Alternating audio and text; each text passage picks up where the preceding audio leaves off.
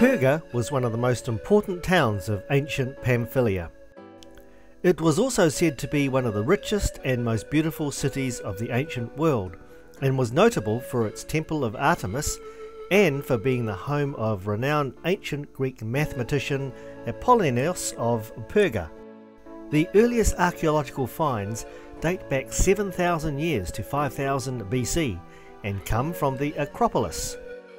Evidence shows that there is uninterrupted habitation from 5,000 years ago, with migration from what is now the Greek mainland, and 3,000 years ago it came under the rule of the Lydian kingdom, then the Persian kingdom, then Alexander the Great in 334 BC. Under the Romans, the city experienced its golden years, and most of the visible remnants today are from this period. Excavations and restorations started in 1946 by the Istanbul University and continue to this day. Statues and reliefs recovered are in the Antalya Museum, which we were to visit later. The Apostle Paul and his companion Barnabas visited here twice as recorded in the Bible during their first missionary tour before heading to Italia to sail to Antioch. You can read about this in the Bible books of Acts chapters 13 and 14. After the collapse of the Roman Empire, Perge remained inhabited until Seljuk times before being gradually abandoned.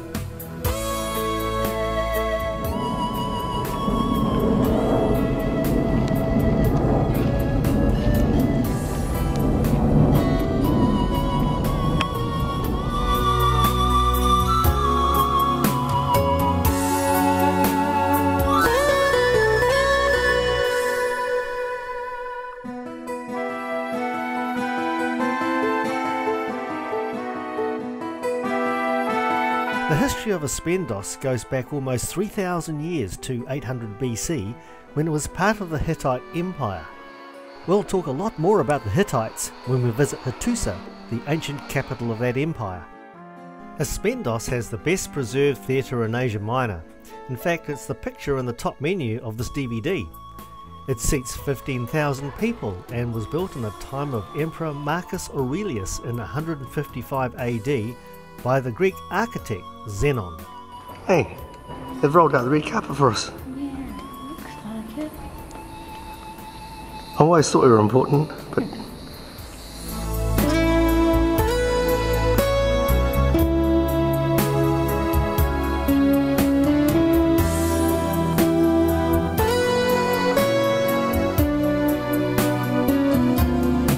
At its peak, Aspendos had a population of 20,000 and was one of Pamphylia's wealthiest cities due to the fact that it was an important commercial and agricultural city. It exported olives, rugs, textiles, furniture, wine, salt, and was legendary in its horse breeding. So much so that Alexander the Great levied a tax on Aspendos payable in horses to the tune of 4,000 a year. Like most other Pamphylian cities, it reached its peak in around about 200 to 300 AD, after which, with the fall of the Roman Empire, a massive earthquake, attacks from pirates, disease and famine, it eventually became abandoned around about 700 AD.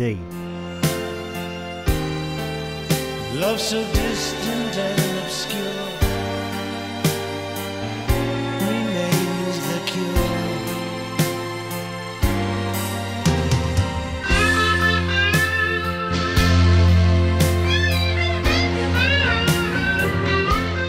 We arrived in Cedar at about 4 PM and found a restaurant which served pides, then headed to our hotel, which we booked through booking.com for $50 a night. On paper, the hotel was good, and it was, but the owners, a father and son, were really weird and miserly. The next morning, after breakfast and saying goodbye to the cat, we set off to explore Cedar. Entering Cedar is like entering a film set. Glorious Roman and Hellenistic ruins mark the road on either side.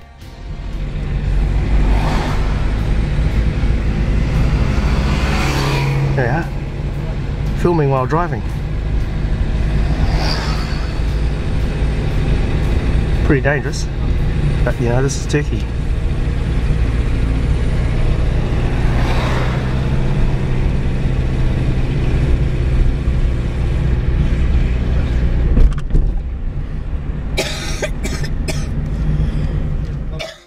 Fida means pomegranate and is one of the oldest Anatolian settlements.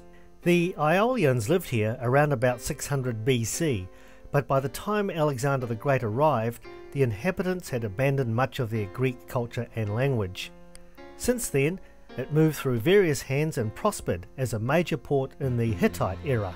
Piracy and slavery kept it buoyant under the Greeks, but under the Romans that stopped, and in Byzantine times continued to prosper from legitimate commerce. In the 700s, Arab raids diminished the town, and by 900 AD it was dead. In the 1800s, it had a brief flowering under the Ottoman rule, when it was settled by Muslims from Crete. Today, it's a Turkish version of a carnival by the sea, with a population of 18,000. The star attractions are its theatre from 200 AD and its Temple of Apollo and Artemis from 200 BC.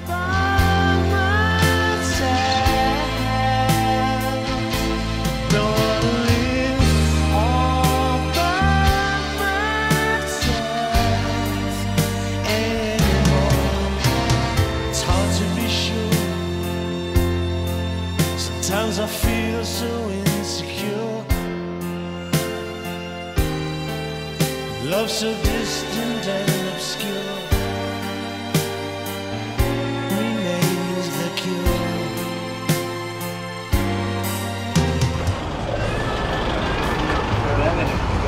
Senin müziğin beğenilmez ki saçma saçma öyle adam.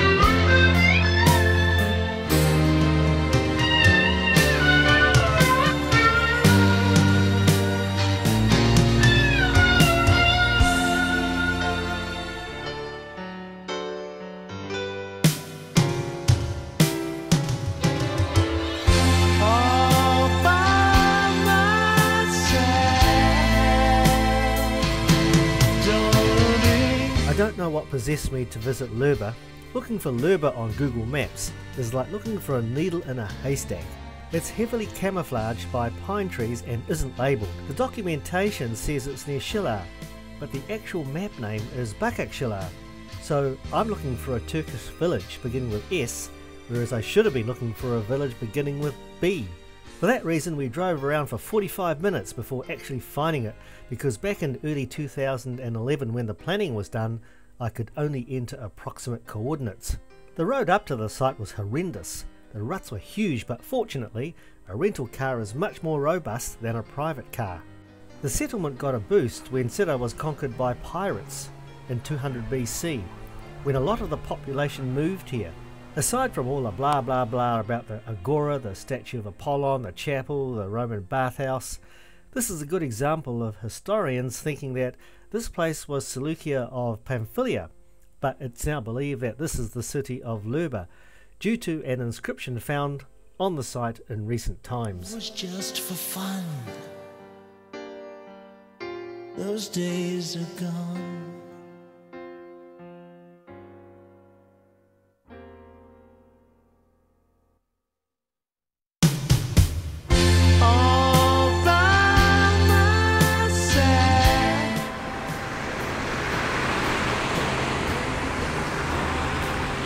It was stiflingly hot, and this section of the D400 was full of resorts and beaches, so we decided to pull over for something to eat and a cooling off.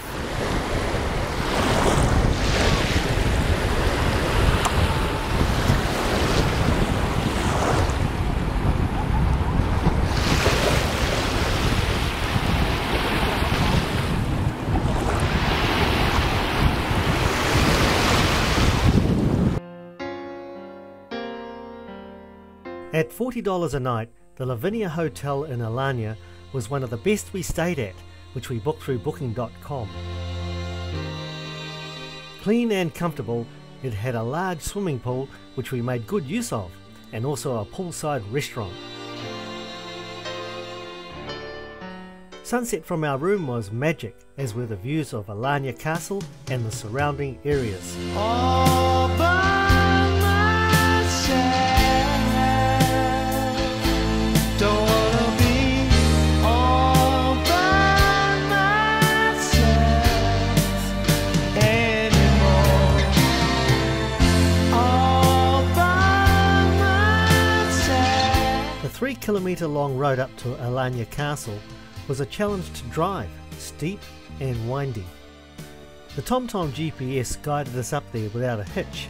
We would have never have found the entrance on our own because we would be arguing for hours as to which way to go. Our arguments are much simpler now, as we only argue about whether the GPS is right or not. Whoever agrees with the GPS is usually the winner. The spellings on the boards are as interesting as the castle itself. Lando, he first time, retained, independence, strength, structures and still. There are 16 points of interest in the castle grounds: towers, a mosque, several churches, a monastery, a chapel, a marketplace, a mausoleum, an cistern, and so on. The castle dates back 2,200 years to 200 BC, but we're not going to give a blow-by-blow description of what happened every year here, except to say that there are 6,500 metres of walls and 140 towers. From various vantage points there are great views of Alanya itself, which has a population of 110,000. Alanya used to be called Alanya after the name of the Seljuk Sultan who acquired it. Then, at the time of the Turkish Republic, Ataturk changed its name to Alanya.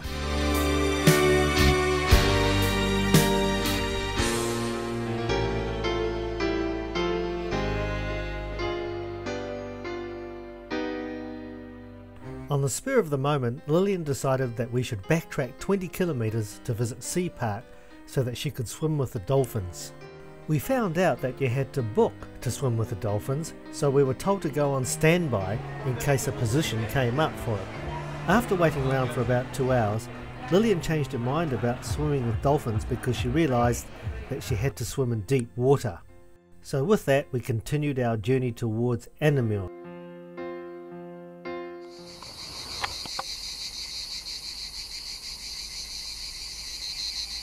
Here's Stephen trying to buy some bananas.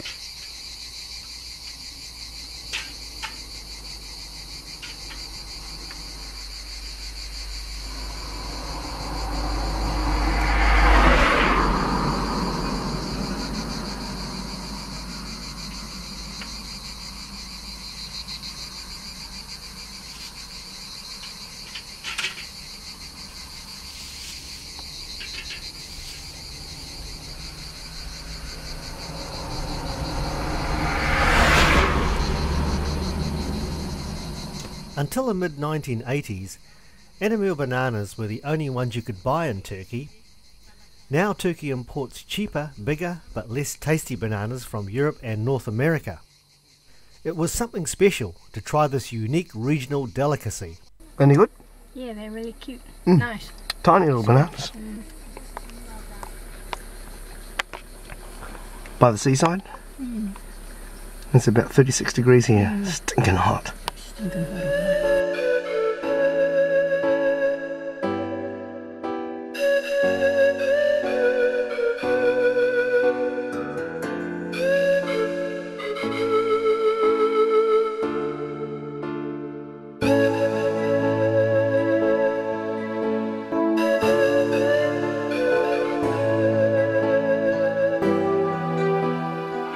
Just a few kilometres from the small town of Anamurium, with its population of 50,000, is Anamurium, a massive ancient Byzantine city. It lies in the Roman province of Cilicia and was founded by the Phoenicians, who were of Canaanite descent. Their civilization spread over 1550 BC to 300 BC.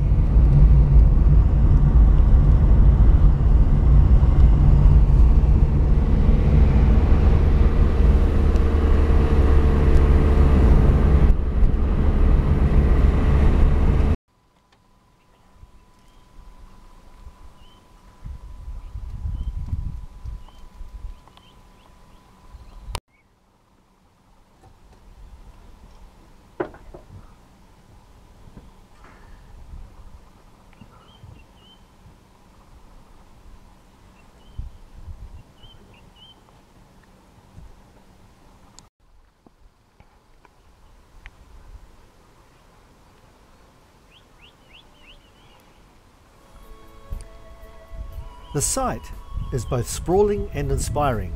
and has all the usual features: a palaestra, basilica, baths, theatre, aqueducts, necropolis, and so on. The city was eventually abandoned in 650 AD when Arab attacks made the coast unsafe. Excavations were done by the universities of Toronto and British Columbia beginning in 1965.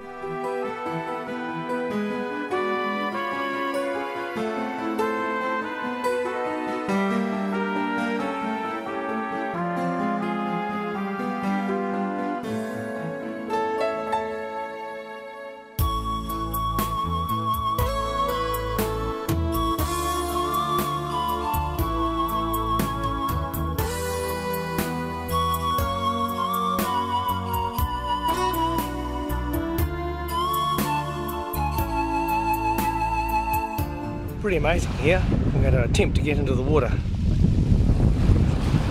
Beautifully clear. Yeah, that was good.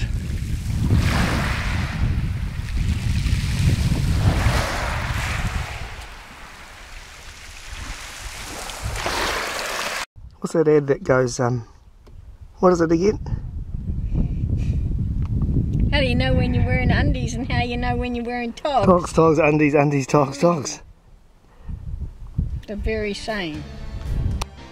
After a bite to eat, we drove to the ESR pension at Anamurium for the night and met another strange owner, a mean old man on his own who had lost his daughter in a car accident.